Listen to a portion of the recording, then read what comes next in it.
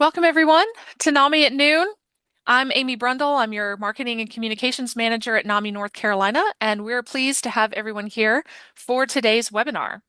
As always, we'd like to thank the North Carolina Division of Mental Health, Developmental Disabilities, and Substance Use Services for the support of today's webinar. We have a couple of housekeeping items. If you've got questions for our speaker, we'll be taking those at least at the end, if not at a different session in the middle of the presentation. So please put those in the Q&A section. We've also made sure that the chat is fully ready to go, so you can put any comments or questions in the chat as well. I'll be monitoring those, and then we will pause for questions towards the end. We will also be sending out any materials that Sarah provides, as well as a recording and a feedback survey before the end of this week. So keep an eye out for that. And now I'm honored to welcome today's special guest, Sarah Merritt Ryan. Sarah is an author, speaker, and advocate for mental illness and for understanding psychosis. She's a survivor of schizophrenia who's recovered from multiple psychotic breaks. Her experiences have led her to write blogs for NAMI.org. We've republished them on NAMI North Carolina. She's written for Psychology Today and other related publications on addressing stigma and emotional recovery. She is a lead facilitator for NAMI Wake County's Connection Recovery Support Group and has been a faithful volunteer for NAMI for several years. Outside of her advocacy work, Sarah's the owner of Your Design Strategy LLC, which is a marketing and graphic design agency in Cary. She holds a Master of Science degree in Communications from North Carolina State and a bachelor's degree from the School of Journalism at UNC Chapel Hill. She lives in Cary with her husband and young son and has become a friend of mine. Welcome, Sarah. Thank you, Amy. Thanks so much for the introduction. So my presentation today is on early recovery after psychosis, initial reactions, needs, and creating a realistic positive life outlook. I think for me, when my last psychotic break was in 2012, the silent shame and secrecy that I felt made the illness worse than it has to be.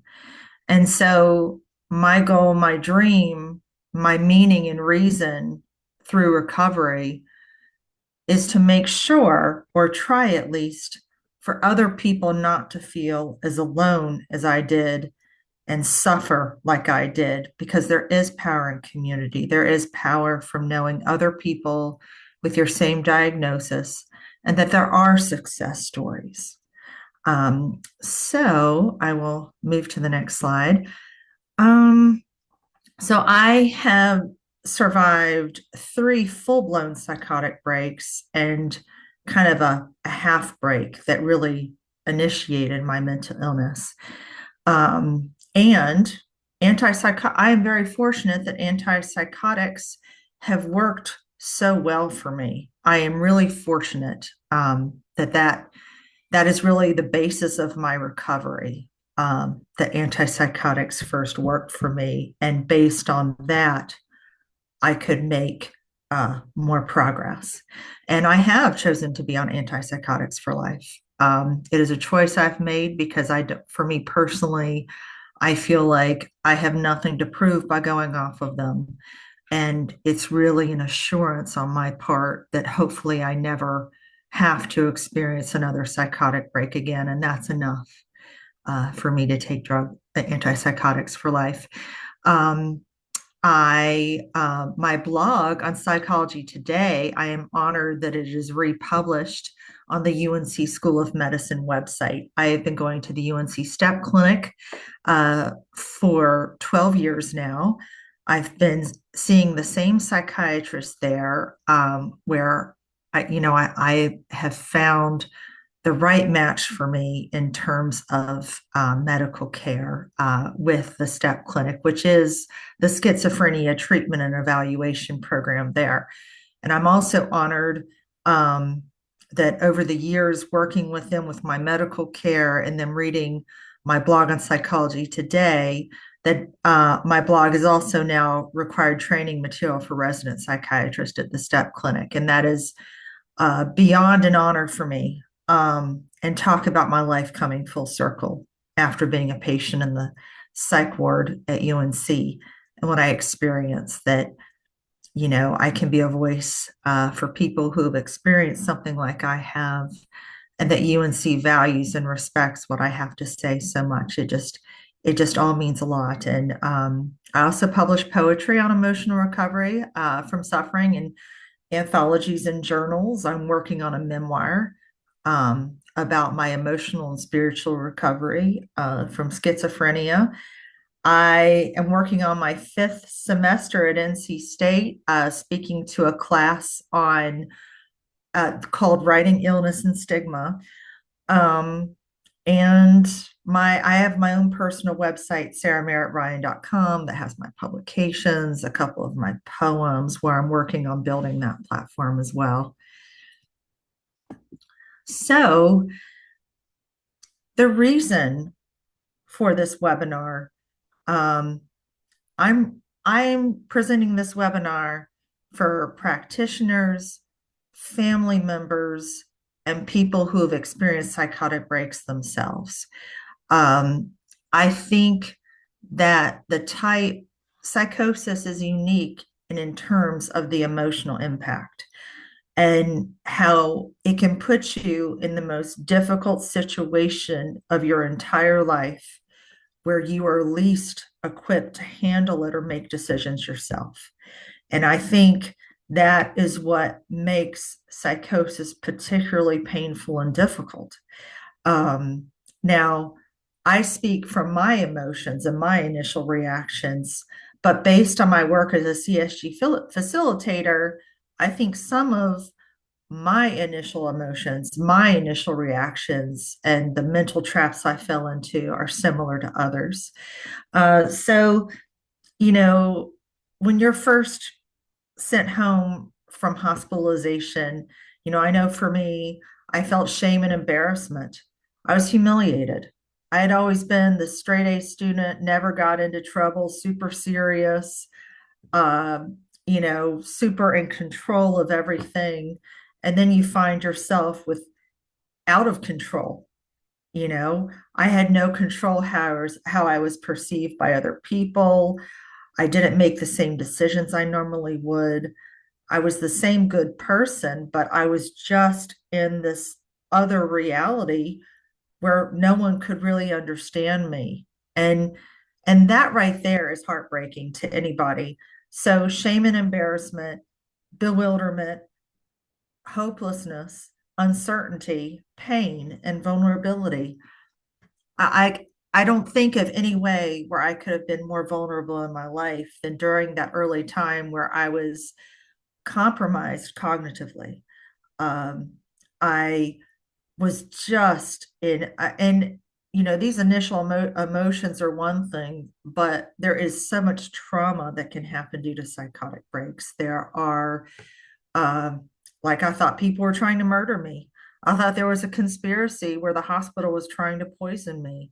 Um, you know, I felt like the devil was after me at some point. So, you know, this level of trauma, you're still reeling from this trauma. There are all the emotional impact of, once you're stabilized on medicine, and you're lucky if you are stabilized on medicine, after that, it leads to all these other feelings once you've been released and you're at home. And, in addition to trauma and these initial emotions, you also try to make sense. Well, what just happened to me?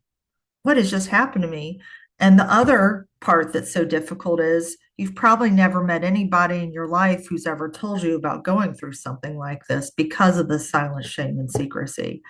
So here I was at age 33. I had had three psychotic breaks in 2 years. I thought my life was over. Um, I was given disability papers to sign.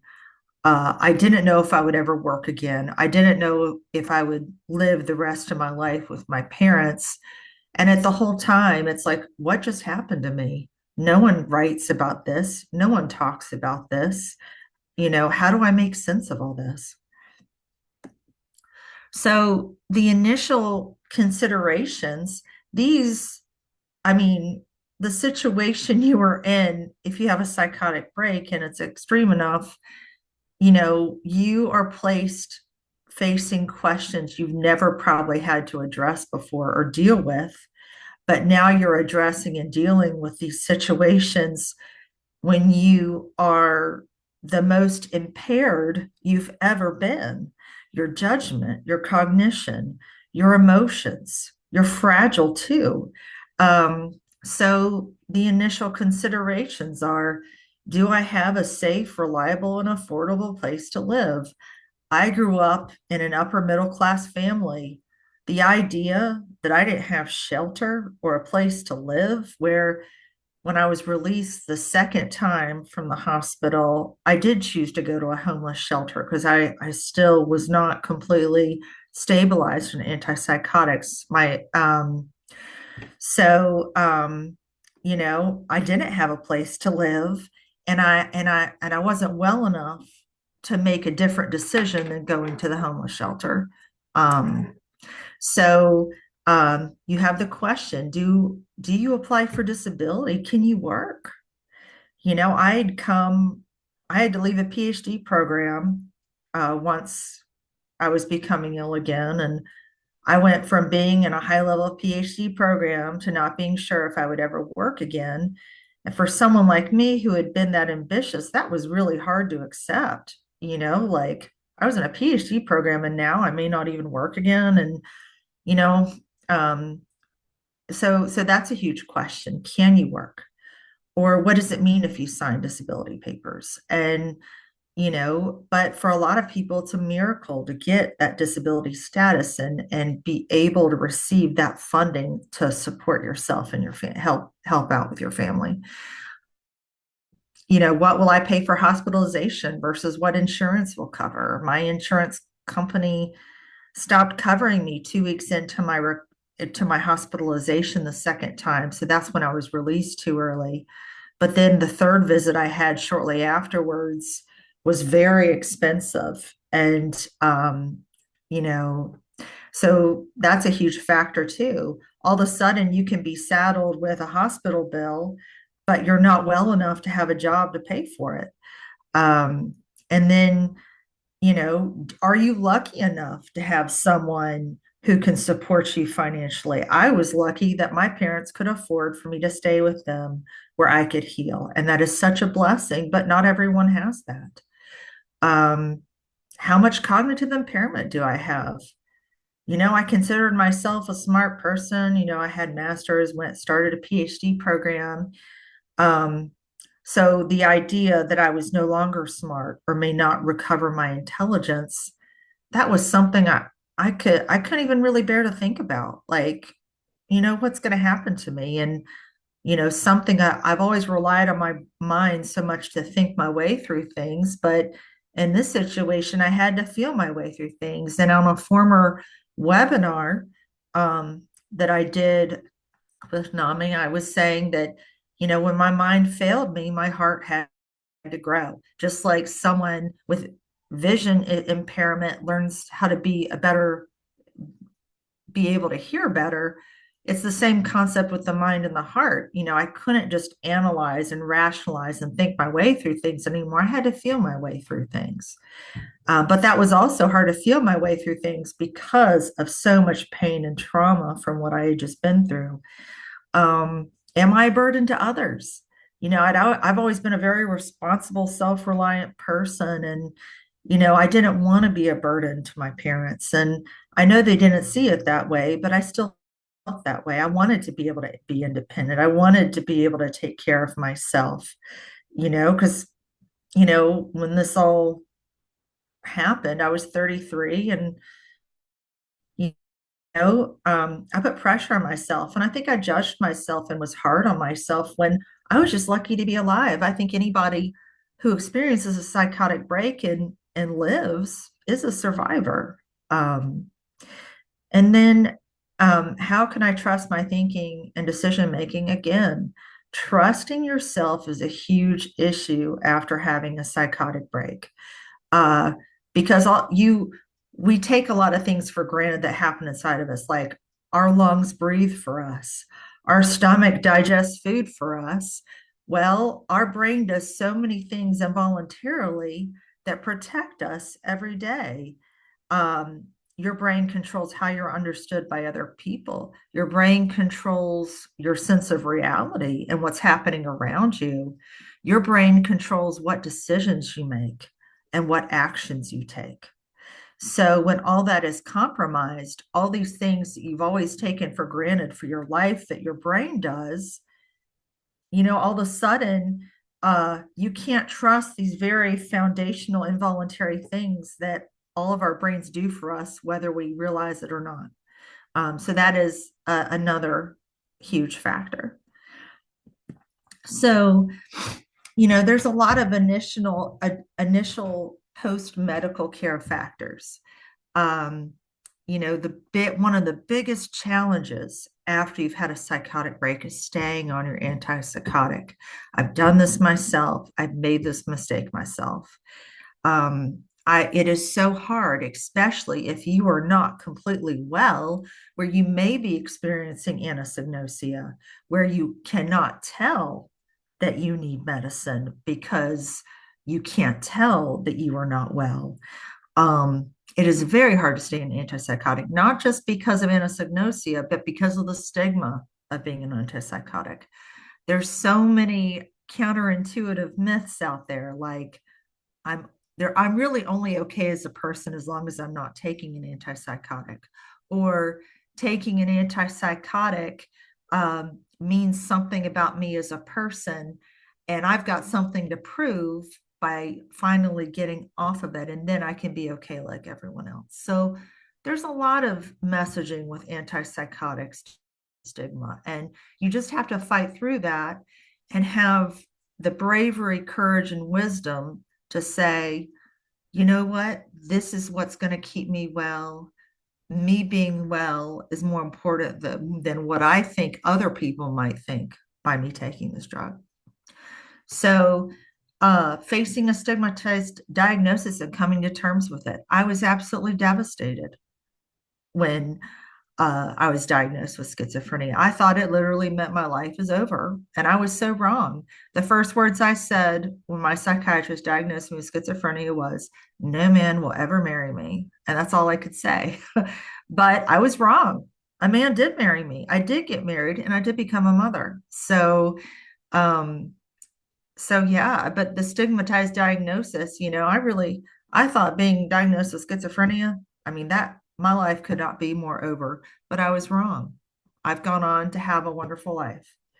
Um, Finding the right psychiatrist and counselor, sometimes you have to keep looking, for that right combination. But I was thankful after my third psychotic break to find the right psychiatrist and find the right therapist. So that was key to my recovery too. Hope and you hope that the medication will work for you so you can begin the cognitive healing process once you stabilize. I am very, very, very lucky that antipsychotics work the way they do for me. Um, they stabilize me in the hospital, so I don't have to stay very long.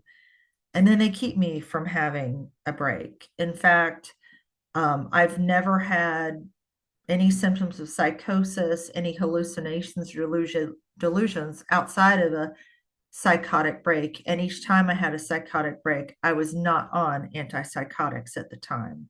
So I learned my lesson the hard way, but I learned it, that I'm staying on antipsychotics. And I am just so lucky that they work the way they do. I would say that I have heard that a third of people respond well to antipsychotics. And so I'm one of those lucky people. Um, so these are my mental traps that I fell for, but I've also learned from talking with other people with my illness that these aren't uncommon. So these are definitely thoughts to watch out for because they're not entirely accurate. For example, I feel like a special case the world has never seen before. It's hard because like in your mind, oh yeah, people are diagnosed with schizophrenia, not just me. But when you're literally the only person you know who has ever had this illness and no one talks about it, especially 12 years ago when I was finishing up with my last psychotic break, I did feel like a special case or some enigma or human anomaly. I was some weirdo. And it's like I felt like I was the only person who's ever been through this before.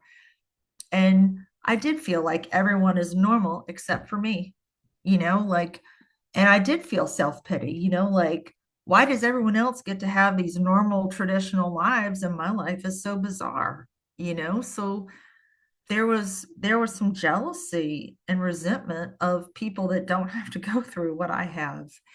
Um, and what I've learned in my after being recovered and being able to listen to what other people go through in their lives, like my friends, and be a support to them is there's plenty of things that I'll never have to go through that other people have gone through. While psychosis is terrible, you can't epitomize it or make it the worst thing ever because there are plenty of other things that everyone go through. Um, I felt like my life was hopeless and unfixable. I battled wanting to live and wanting wanting this life and my lot that I've been given. And I'm so glad I pushed through because there was this whole other side that I could have never imagined or put together myself. Um, I believed I missed the boat. At age 33, I didn't uh, all of a sudden I didn't have many friends, not a penny to my name. My academic career was over. No prospects, nothing. I felt like everyone had just moved past me when I had battled off and on an illness for over a decade. And that was very hard too. And a lot of times you feel like no one could possibly understand what you're going through because not many people understand auditory and visual hallucinations if it's never happened to you. And those are so terrifying. Terrifying sounds. I never heard voices, but I would hear terrifying sounds that were timed with what I was doing. So, um, not everyone can understand just how terrifying psychotic breaks are, or like when your own mind is practically terrorizing you and stuff. So to me, I was negative for a long time. And I felt sorry for myself. And I felt like if I stayed angry, then that meant this will never be fair what happened to me. But what I learned is that positivity is stronger than negativity. It is the ultimate defiance for what you have gone through, not negativity. The more positive you can be, it's the ultimate stand against what this illness makes you feel like. So, I will say to anybody, everyone recovers in various degrees, but I will say that your life is not over. Uh, you can take pride in yourself again. You can take pride now, today, if you're alive on the other side of having a psychotic break, because my life was in danger. I did things that endangered my life when I had a psychotic break. So you're lucky and a survivor to be alive right now. And that is something to take pride in and be grateful for. Um, you can heal. Your brain can heal over time. And especially if you take an antipsychotic, it can also facilitate the healing process. And research now shows that. Um, you can want to be yourself again and be happy. I was so ashamed of myself over what happened. I was devastated. I was humiliated, and I didn't even want my life. I didn't think it was good enough. And but you can want to be yourself again and be happy. Like one of the things I conclude with in my memoir is, it is good to be me. And that was a huge concept for me because I felt like I was the unluckiest person in the world. But, in the end, I do have a life that I'm thankful for and that I want and that I'm proud of. And I never thought that was possible in the early years of recovery. Um, and this could be the end of the life you knew, but there can be a new normal you can be just as happy with.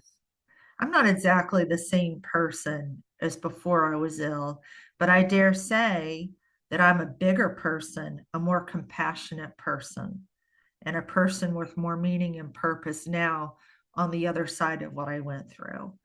And so, yeah, I'll never be the exact same, but I'm a new version of myself where I do have certain strengths and a skill set for in terms of personal and life skills that I didn't have before my illness. And you can learn from these experiences and become a better version of yourself. And that kind of echoes what I was just saying. You know, you can come out of this. I have, and I might get emotional here. I believe in myself in a way that not as many people do. Like, and I have a belief even when I don't have a control over my environment, or you know, I've overcome some. I'm a schizophrenia survivor, and people with schizophrenia don't always get a survivor status, but we should, because overcoming this is no different than overcoming any other catastrophic illness, and we should be proud. And because of what I have accomplished and overcome myself, I do have a much stronger belief in myself and my ability to overcome obstacles than I did prior to my illness. So I think developing a positive life outlook is critical because, like I said, positivity is the ultimate defiance to situations like this in life that are so unfair. Um, so the first thing that I wish I knew, but I can tell somebody now who's going through what I did, is that you are not alone. And as bizarre as your experiences may seem, tens of millions of others around the globe have experienced something similar. Even your most bizarre psychotic break, and I've had some very bizarre things happen. It's happened to so many other people. It's just nobody really talks about it. Um, I wanted to see the big picture after I came home from the hospital the third time. I was trying to predict the future. I wanted the big picture myself. Like, is this life worth living? Will I ever see better days that make all of what I've went through worth it?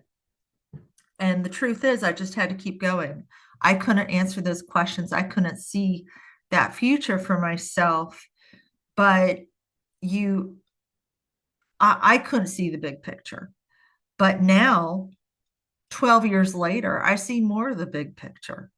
And I still have to keep walking because I'll never see the big picture myself. No one can. And I could never have dreamed how this adverse situation would fit into the schematic of my life. I could not run further from my schizophrenia diagnosis. I could have never imagined that I would turn around, close the door on my illness, then open it again and become involved with NAMI. I could have never dreamed that I would start writing about my situation. And I did it because I just wanted to help other people and assign meaning to what I went through. I could have never imagined I would have written a book and had a blog on Psychology Today. I'm published twice in Writer's Digest. I didn't even know I was a writer back then. I knew I could write one heck of an academic paper, but it never occurred to me I would use writing for self-expression or to help other people. So it's amazing. You never know what's going to happen in life. You never know what's around the corner. You can't dismiss the ability for your life to evolve and change over time. So no matter how hard you think, um, you know, all you really have, you have to have patience and you have to give things time. You can't think it all out in your head no matter how you try. You just have to live your life even as you're healing. You can't wait to begin the rest of your life once you've fully recovered. You just have to have grace with yourself and love and patience with yourself and keep living life until things start to make sense. You just can't hold your breath and wait.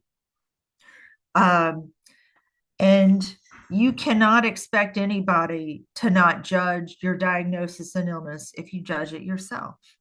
The first person you need to look at is yourself, not to judge yourself. And my point here is once you stop judging yourself and you look back at that time in your life as shame, embarrassment, and judging yourself, that is when your past is no longer a factor. It doesn't matter about anybody else. It matters what you think about yourself. It matters what you think about your condition and situation. A year or two can make a huge difference. It's easy in those early days to just think, oh, it's over. And oh my gosh, I'm going to be like this forever and everything. But you would be surprised in terms of cognitive healing, what even a year or two can do. You just have to hold on. You just have to be patient and wait for good things to come your way. Because once one good thing happens, things will start to build. Never dismiss your odds of recovery. People recover to different degrees, but don't ever write yourself off or that you'll never get out of this situation, never get out of this mess, because most people do recover to some degree. And embrace your life and circumstances through self-love and self-acceptance. One thing I talk about once on Psychology Today,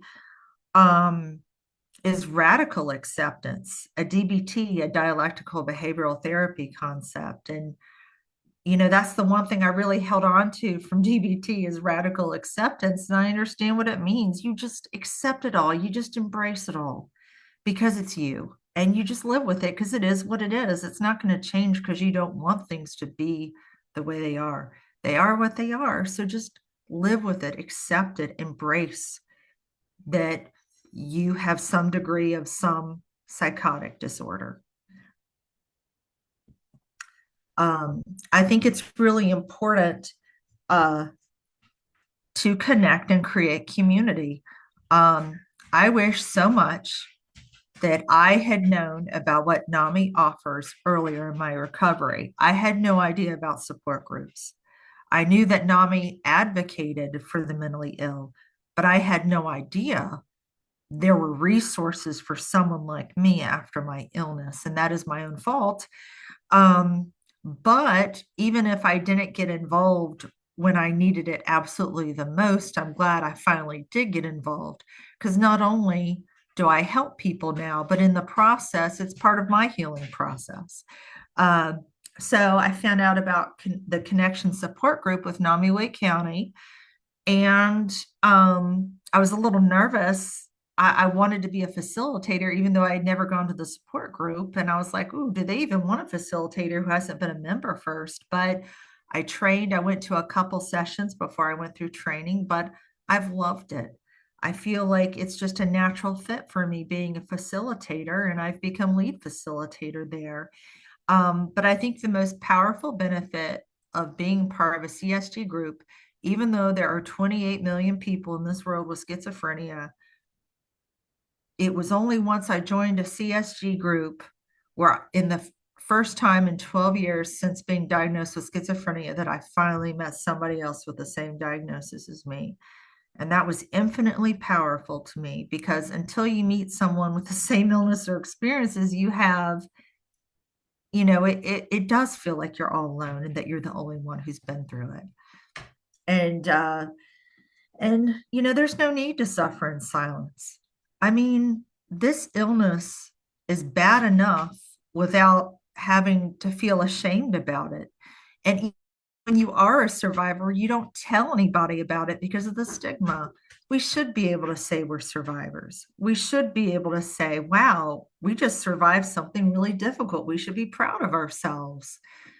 So, and there's, and sometimes, I've been in CSG sessions where we go around and we just talk about the psychotic breaks we have and just the unique details of them that no one else would really understand. And thank goodness we have a safe place like that to talk about things like that, because you don't have conversations like that with anybody else who doesn't understand or hasn't been through the same thing. So even that is powerful, because once you start talking about your psychotic breaks and the bizarre things that happened, all of a sudden you're normal again because other people have been through things like you and there's proof of it. Um, so I think that's the end of my presentation, Amy. If there's people who have questions. Yeah, we do have a couple of questions, and of course, we are happy to take additional questions. One thing that I wanted to make sure that we did, and we got a similar question about this, is make sure that everybody kind of understands what we mean by psychosis and psychotic break. So, can you give us a little bit more of a breakdown about what that potentially can look like? Okay, that's a very good point. I think, first of all, the hallmark of psychotic breaks is anosognosia. Anosognosia is a medical condition where you can't tell that you are ill. You cannot reality test with yourself. You are thrust into a different reality or set of beliefs where no one can talk you out of it. It is as real to the person experiencing it as the sky is blue and the grass is green. And um, psychotic breaks, like mine, my first one built up gradually over time, but the exact minute that I switched over into anosognosia was instantaneous. So in my situation, I thought someone was after me and I fled my apartment because I no longer felt I was safe. Um, I called the police a couple times. I went to a neighbor's house where I was terrified by auditory hallucinations that made me feel like someone was trying to kill me. I also had hyper religious delusions, um, such as like a brief time when I thought I was the Antichrist, um, or I believed God was putting me to all these dangerous tests to prove my faith and things. So I was like in this, I mean, I'm an intelligent person, but when you're in psychotic breaks, things that don't even make common sense make perfect sense, if that makes any Mhm. sense. Yeah. Is that kind of what you're Yeah. looking for? No, I think that that helps people understand. And, one thing that we stress here is that psychosis is a symptom, not a standalone illness. So if somebody is experiencing psychosis, that is not the crux of their potential diagnosis, and they should seek a medical professional to find out what might be the underlying cause of that psychosis so that they can get properly treated. Right. Psychosis can be caused by a number of illnesses, Hmm. schizophrenia, schizoaffective, bipolar, major depression. There's Hmm. also a diagnosis, psychotic disorder not otherwise specified as well. Hmm. But then psychosis can occur in patients with memory disorders, people with thyroid conditions. So there's a number of causes of psychotic symptoms and psychosis. We had a question. We have actually several questions now. So Okay. thank you guys for sending your questions. We had one that said, as a mother, have you experienced the fear that many in your situation have had of passing on your diagnosis to your child, and how do you confront that? Well, the last time I checked with my psychiatrist, there, you know, one of my son's parents has schizophrenia. So if both of us had it, there would be a much higher chance of him having it. But as of now, I believe there's a 13% chance that my son could get schizophrenia. Now, as a parent, one of my biggest things is environment because a gene hasn't even really been isolated. There have been different research studies identifying groups of genes, but no one gene has been agreed upon as the genetic source of schizophrenia. So it's all debatable. Then there's environmental triggers. The current belief in most circles is that you have a genetic predisposition, but then there are environmental triggers. So one of my strategies as a parent is to eliminate environmental triggers. And one of my goals, first of all, my son is 5. He has never really been he's never been in any type of trauma in his life. He's never been picked on, he's never been bullied. He lives in a stable home with parents that let him always be the child. Um, he witnesses a healthy marriage. Um, he's a happy child. He's well adjusted. And I know that people can still have illness even if they have a stable home life. But I'm doing things in my power to make sure I give him the most stable, well adjusted upbringing to ensure that he doesn't have any of the triggers that I had.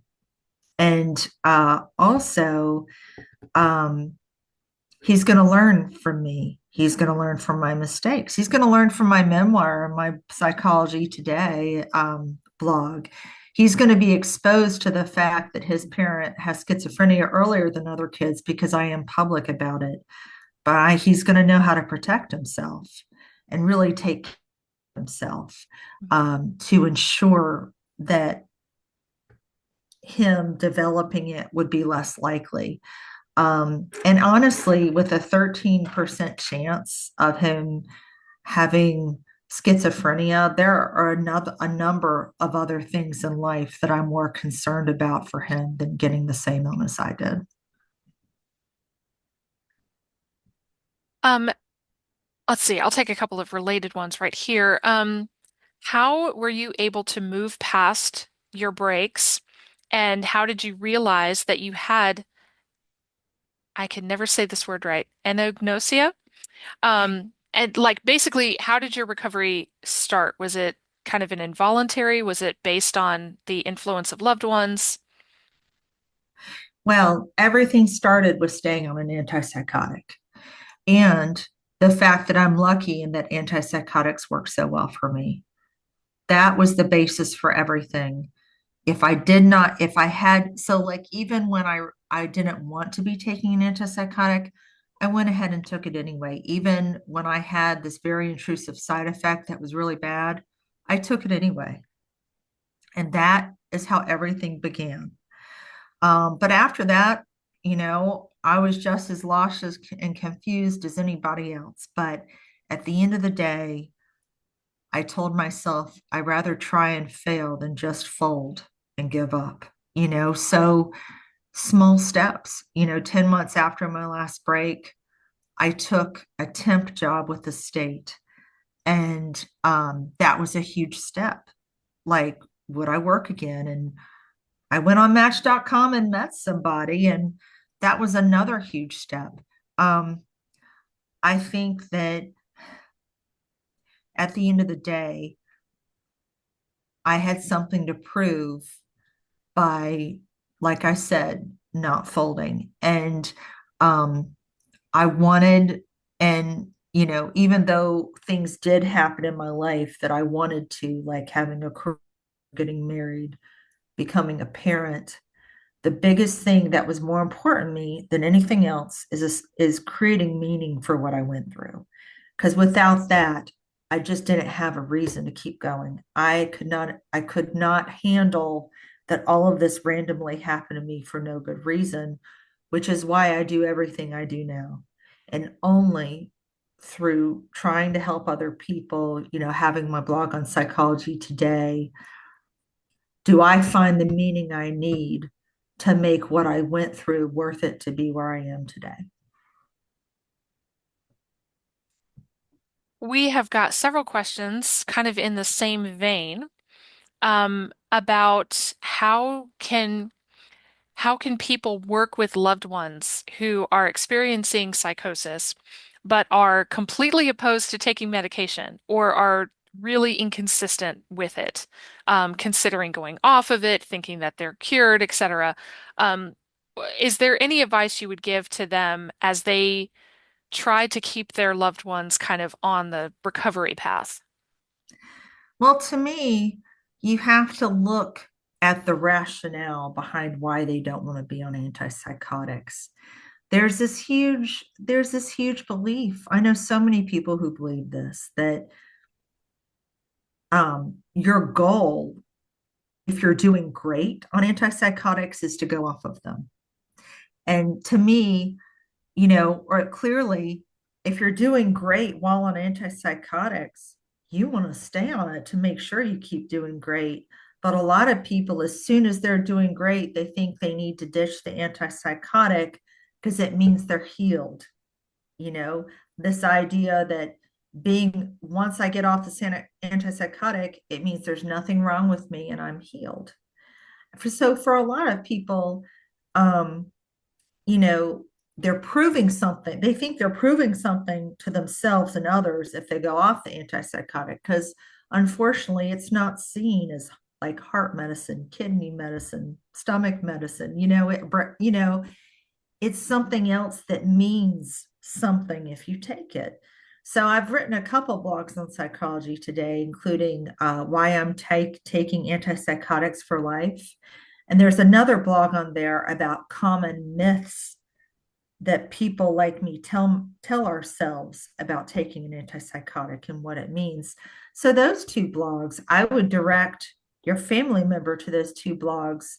One of them is 4 myths debunked on why not to take an antipsychotic. For me, one of my biggest fears and why I wanted to go off an antipsychotic was, oh no, I'm never going to meet a guy that'll accept me if I take an antipsychotic. The only way any guy will want to be with me is if I'm not taking an antipsychotic, that I don't have anything embarrassing to share about myself, and that the painful part of my time is over if I go off an antipsychotic. And that was so wrong. And that led to my first full blown psychotic break. And I would do anything to go back, and have never gone off my antipsychotic. But, there are 2 posts I have on Psychology Today about antipsychotic use. One on 4 common myths we tell ourselves that causes us to go off antipsychotics, because I've gone off them myself twice and paid dearly for it.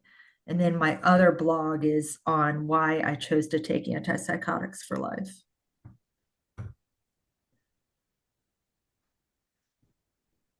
Um, I just wanted to let everybody know I did put this in the chat, but we can provide links to both of those blogs. We can provide a copy of the slideshow and the recording to everybody. By the end of the week, we'll send that out to everybody along with a feedback survey. And I'm sure Sarah would love to hear your feedback. Absolutely. We've got a couple more questions to go through. Is there any kind of trusted resource that shows medications that have been through clinical trials or studies to show side effects and successes? This viewer is basically saying there's a lot of research out there and she's not sure which one to trust. Do you have any um, insight into good sources of clinical resources for treatment options? For me, I I know that there is a particular site if you want to become a mother while taking an antipsychotic, being pregnant while an antipsychotic, and it is the ultimate source for the latest trials, you know, to see like if there's any adverse effects of antipsychotics while pregnant. I'm not sure of that link, but I can find it from my psychiatrist. you know there there's a lot of, even with among people who take antipsychotics, there's a lot there are a lot of issues with people worried about the side effects of antipsychotics. And some people think to avoid the side effects they should just go off the antipsychotics. But what you have to tell yourself is this side effect really worse than having another psychotic break? And for me, like I dealt with the same side effect for 25 years before I finally found another drug that doesn't cause it. But I took the drug anyway, because again, side effects can really, there are significant side effects of a number of antipsychotics, but unfortunately, there's no perfect solution. There's no silver bullet that causes no side effects and stops you from having an antipsychotic. And I don't know many physical conditions there are where you can take a drug for it, fix it with no side effects. So antipsychotics are no different than other drugs. Um, Now, some of the side effects are serious enough where I did go off my antipsychotic because I didn't want to have my side effect. But I learned the hard way. I just had to live with this side effect. Um, I think I think that kind of gets to it.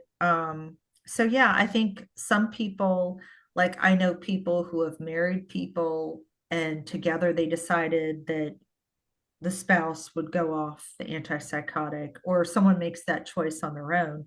Now, some side effects are more intrusive than others. And so, part of finding the right antipsychotic, every antipsychotic can cause different side effects in you based on your own unique brain chemistry. Every antipsychotic I used for 25 years gave me ocular giant crises, which causes your eyes to be compelled to look upwards and you can't concentrate, you can't think, and lasts for about an hour. And I just dealt with that until recently. We were able to find a drug for the first time in 25 years that doesn't cause that. But I took the drug even though it caused that because it was better than ever having another psychotic break. So my suggestion, it's not a matter of staying on any antipsychotic or not when it comes to side effects. You may just need to switch antipsychotics and negotiate the which side effect from which antipsychotic can you not live with, where you are willing to try another one that may not cause the same side effect as another one. Mhm. Yeah, it can definitely be a long and frustrating process at times, but going through it and reaching that recovery point is better than not doing that. Right. One of the things about psychiatric medicine, there's no blood test to determine which medicine you need. It is trial and error, and it can be frustrating and take a long time through the trial and error method. But once you do get the right medicine, in my opinion, it is worth it. Okay, we can take a couple more questions. One is, some of your thoughts during your psychosis really resonated with this viewer. However, how can you tell if it's in if what you're experiencing is intrusive thoughts or psychosis? Well, with intrusive thoughts, there's always a point where you can reel yourself back, like, wait a minute, I think I'm having an intrusive thought. Or, you know, hmm, why was I just thinking that? That's ridiculous. You can do that with an intrusive thought. But in psychosis, instead of one thought, it's a whole reality and thought and body of ideas and beliefs about things that can constantly evolve. So it's not one thought that is psychotic break. It is it is like taking everything in your brain and just created a new reality. And all of a sudden, you're living in an entirely different reality than everyone around you. Mhm. So I would say that's the difference. And you can't question yourself when you have a psychotic break. Um, like in one of my psychotic breaks, I developed this belief system about colors of the rainbow and that red and green were the most evil colors that were.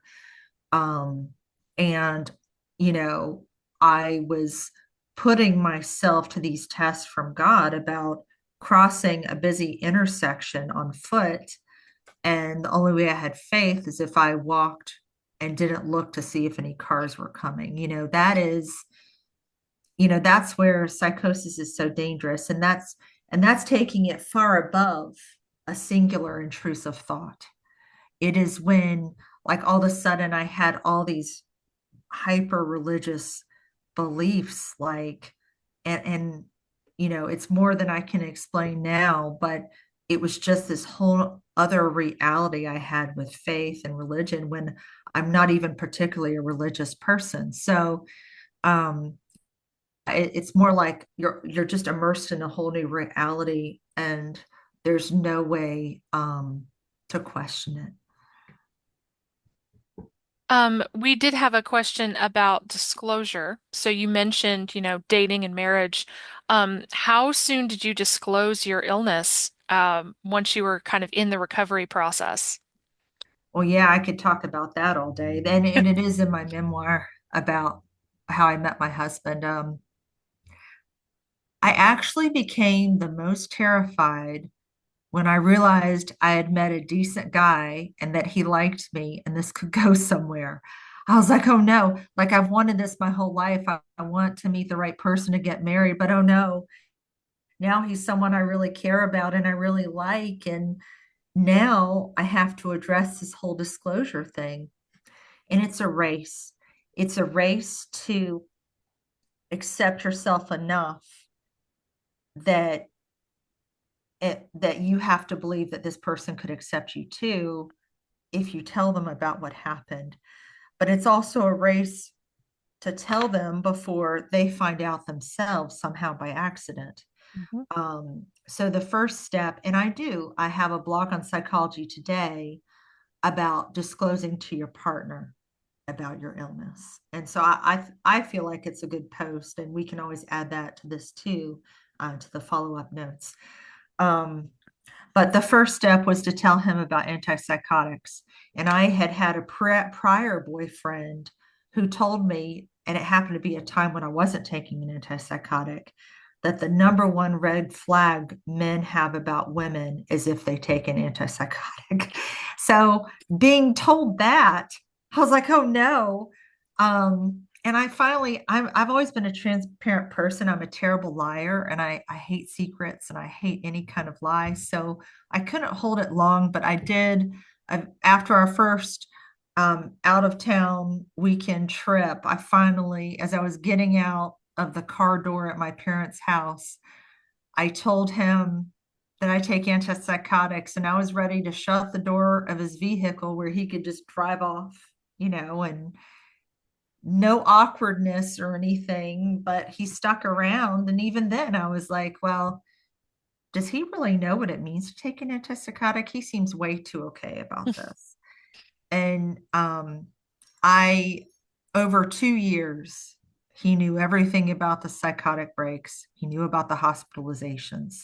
The one thing I did not tell him before he proposed was the schizophrenia word. And then I was in so much pressure. I was like, oh no, now he's proposed and I didn't get out the word. He knew the illness, not the label.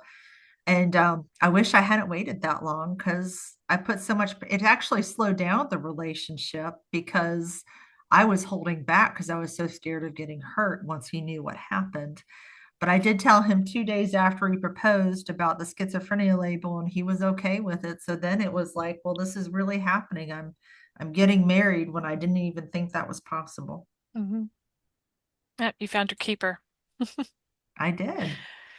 Now your memoir is still in the publication phase, correct? Well, I have a literary agent and Mm-hmm. it's under review by a publishing house right now. Okay. But nothing is final, nothing's been determined. I finished the first draft and I've sent it to alpha readers. And so, we're getting this ball moving, and this book will see the light of day no matter what. So it's just a matter of when. Well, we encourage everybody to keep an eye out over the next several months, to find that once that gets published. I am putting our helpline information here in the chat. So if anybody has anything regarding today's session that they'd like to reach out to us to, you're more than welcome to do that. There's the contact information there. Um, Otherwise, thank you so much, Sarah, for conducting today's webinar. Thank you for the insightful questions. Again, we will have a recording of this that will get sent out before Friday, weather permitting. Um, and then also keep out an eye for our next NAMI at noon session, which is going to be on teenage mental health struggles. That's going to be on March 13th with the founder of Somethings, which is a app-based peer support system, especially for teens and young adults. So that's going to be a fantastic session. We're really excited about that. If you are live with us, I'll let you know that the CEU certificates that you can receive, give us about a week and a half to get those processed for you. We do have a conference later this week, and so that will push everything back a couple of days. So if you'll give us until next week, we will have those out to you. And again, Sarah, thank you so much. This has been a real pleasure. Thank you for sharing your story and being so vulnerable. This is what it takes to eliminate that stigma, is hearing from real people and real situations. And so just really appreciate your time today. Well, thank you, Amy, and thanks to everyone who joined us today. I hope that everyone walked away with something helpful. Yeah, we thank all of you guys for joining us today. Stay safe and dry and warm, and we will see you next time.